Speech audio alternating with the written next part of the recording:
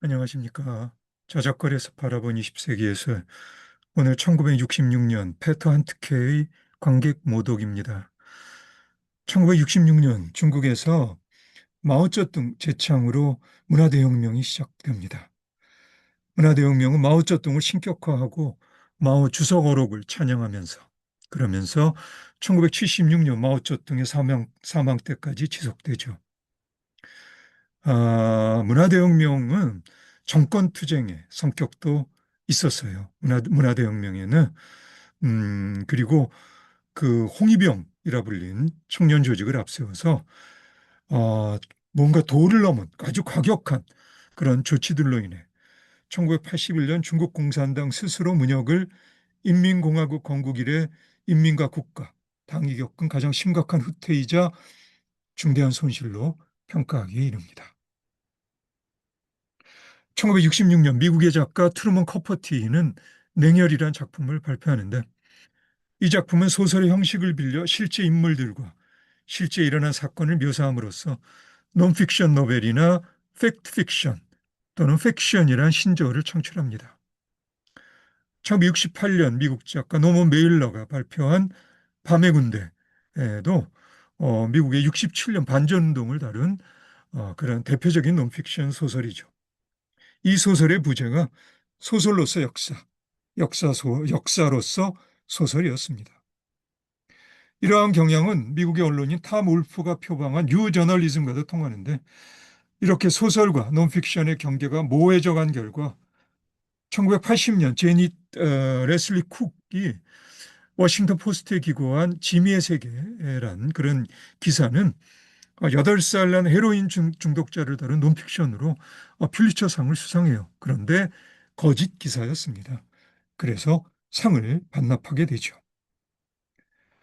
이렇게 전통적인 문학 장르를 파괴하는 새로운 글쓰기 유형들을 가리키는 뭐 크리티 픽션이라든지 서픽션 아니면 메타픽션 같은 용어들이 이렇게 60년대 후반에 본격적으로 등장하기 시작합니다.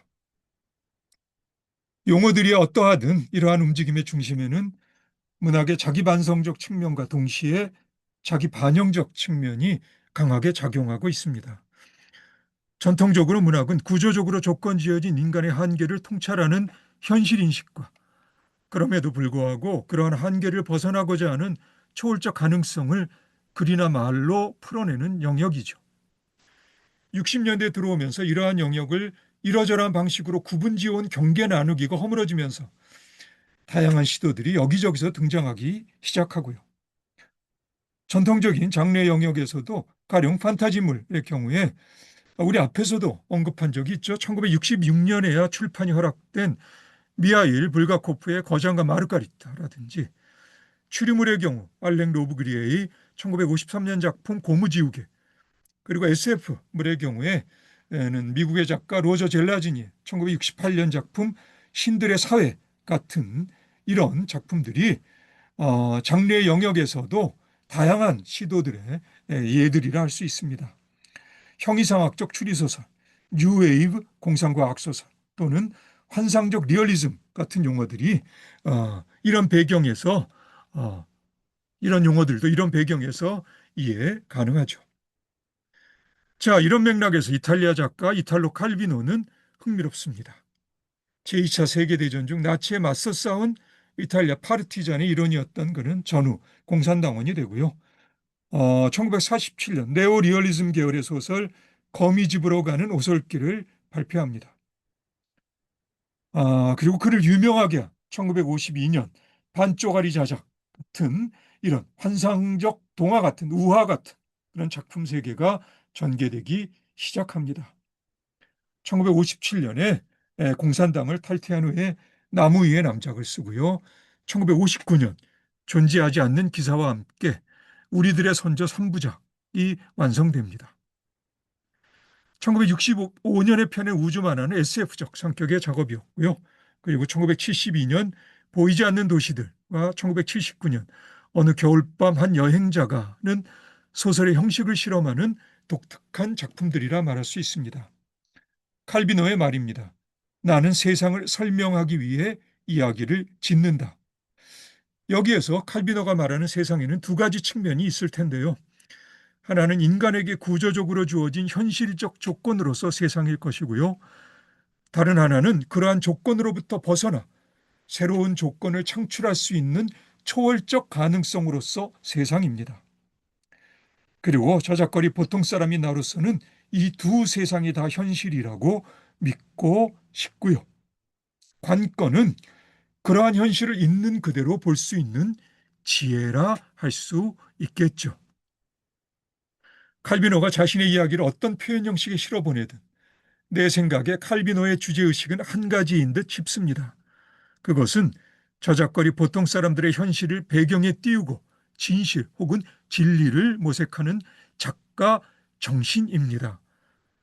1985년 그가 세상을 떠나기 전 하버드 대학 강의를 위해 남긴 원고를 토대로 출판된 책 다음 세천년을 위한 6개 제안 중에 가벼움은 깊이 없음을 뜻하지 않는다. 오히려 엄청난 무게를 견디기 위해 우리는 가벼움을 배워야 한다는 칼비노의 문장이 있습니다. 이미 첫 작품 거미집으로 가는 오솔길에서 인간의 구조적으로 조건지어진 한계에 대한 냉소적인 시선과 그 한계를 초월할 수 있는 가능성에 대해 칼비노의 따뜻한 시선이 교차하는 듯한 느낌이 있는데 이 느낌은 우리들의 선조 3부작에 이르면 더욱 분명해지죠. 반쪽알이 자작에서 선한 조각과 악한 조각으로 나뉜 자작이 결국 하나가 되며 더 지혜로워지지만 세상은 그만큼 더 복잡해진다는 칼비노의 통찰 속에서도 느껴지는 모든 살아있는 것들에 대한 연민의 시선입니다. 12살의 나이에 달팽이 요리가 먹기 싫어 나무 위로 올라가 평생 나무 위에서 산 코지모 남작의 이야기, 나무 위의 남작을 마무리하는 코지모 남작의 묘비명에는 이를테면 칼비노 자신의 묘비명이 중첩되는 그런 느낌이 있습니다. 나무 위에서 살았고 땅을 사랑했으며 하늘로 올라갔노라. 삶에서 배움을 소중하게 생각했던 칼비노가 존재하지 않는 기사에서 방점을 찍었던 것은 존재도 배움이라는 것입니다. 하지만 신비하고 초월적인 존재 대신 매 순간 치열하게 깨어있는 정신과 매 순간 숨쉬는 물질로서 존재입니다. 어떻게 정신과 물질이 조화롭게 어우러지는가에 대해 내가 볼 수 있었던 칼비노의 대답은 내가 들을 수 있었던 칼비노의 대답은 그가 쓴 표현은 아니지만 한마디로 심지라 할 수 있습니다. 이제 칼비노는 저작거리 보통 사람들의 세상에서 신을 구하지 않는 그런 현자의 노정에 들어선 느낌이 있습니다. 이러한 느낌은 우주 만화에서 거대한 스케일로 확장되고요. 무언가 우주적 차원의 진리 안에서 작은 지구적 차원의 진신들의 파편이라는 느낌인데요. 그러한 현실 인식입니다. 이러한 현실 인식은 보이지 않는 도시들에서 도시화 기억, 도시화 욕망, 도시화 표지판, 도시화 부서질 듯함, 도시화 무역, 도시화 눈, 도시화 이름, 도시화 죽음, 도시화 하늘, 도시화 연속성, 그리고 도시화 숨겨짐 등의 9가지로 구체화되는데 70년대가 열릴 무렵 칼비노의 어두운 현실이 지배적인 55개의 가상의 도시들에 대한 지극히 주관적인 시적인 묘사들 틈새에서 어렴풋한 희망의 빛으로 드러나는 현실인식입니다. 어쩌면 저작거리의 지배적인 감각적 욕망과 세속적 가치, 저작거리 보통 사람들 내면의 소란스러움과 번다함이 세상의 모든 도시들을 지옥으로 만들고 저작거리 보통 사람들은 스스로 지옥 그 자체가 되어 지옥을 견뎌내겠지만 지옥 한가운데서 지옥이라는 현실을 꿰뚫어 봄으로써 지옥에서 자신을 분리시켜 새로운 현실에 있을 곳을 부여하는 현자의 지혜와 함께 5번째 숨겨진 도시로 보이지 않는 도시들을 마무리하는 칼비노입니다. 내 생각에 보이지 않는 도시들의 미덕은 독자들로 하여금 자신들 스스로 새끼리 사이에 숨겨진 도시가 있는 가상의 도시들을 만들어 보고 싶다는 충동을 주는 것입니다. 칼비노가 독자들에게 좀 더 본격적으로 말을 건네는 이야기가 어느 겨울밤 한 여행자가란 작품일 거고요. 저작거리 독자들이 길들여진 소설의 구조가 해체되는 경험을 통해 혹시라도 독자 자신이 지금까지 구조화된, 그래서 부담스럽기까지 한 소설 형식에 구애받지 않고 자기 마음대로 자기 하고 싶은 대로 마음껏 이야기를 풀어가 볼까 하는 충동을 느낀다면 그것이 칼비노의 의도가 아니었을까 싶은 나의 생각입니다. 앞에서 인간의 구조적으로 조건지어진 한계에 대한 냉소적인 시선이란 표현을 썼었는데, 이 표현이 적절한 작가가 1947년 독일의 47그룹을 소개할 때 잠깐 언급했던 오스트리아 출신의 페터 한트케입니다. 사실 47그룹의 막내격으로 그룹 내에서 선배 작가들의 서술적 무력감을 신랄하게 지적하면서 삐딱한 입장을 취했던 그런 작가이죠. 그의 말입니다. 47그룹 작가들보다 백과사전이 훨씬 뛰어나다. 결국 47그룹은 67년경이면 유명무실해지다가 1977년에 공식적으로 해체됩니다.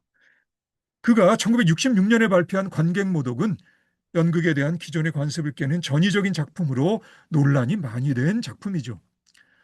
관객모독의 대사 중에 관객들에게 던지는 한 구절입니다. 너희들은 뛰어난 연기자들이다. 멍청하게 서서 구경하는 꼴통들아. 저작거리 보통 사람이 나로서는 그의 전위적인 시도들 역시 연극계라는 기존의 관습이라는 틀에 갇혀 파편화되는 그런 느낌이 있습니다.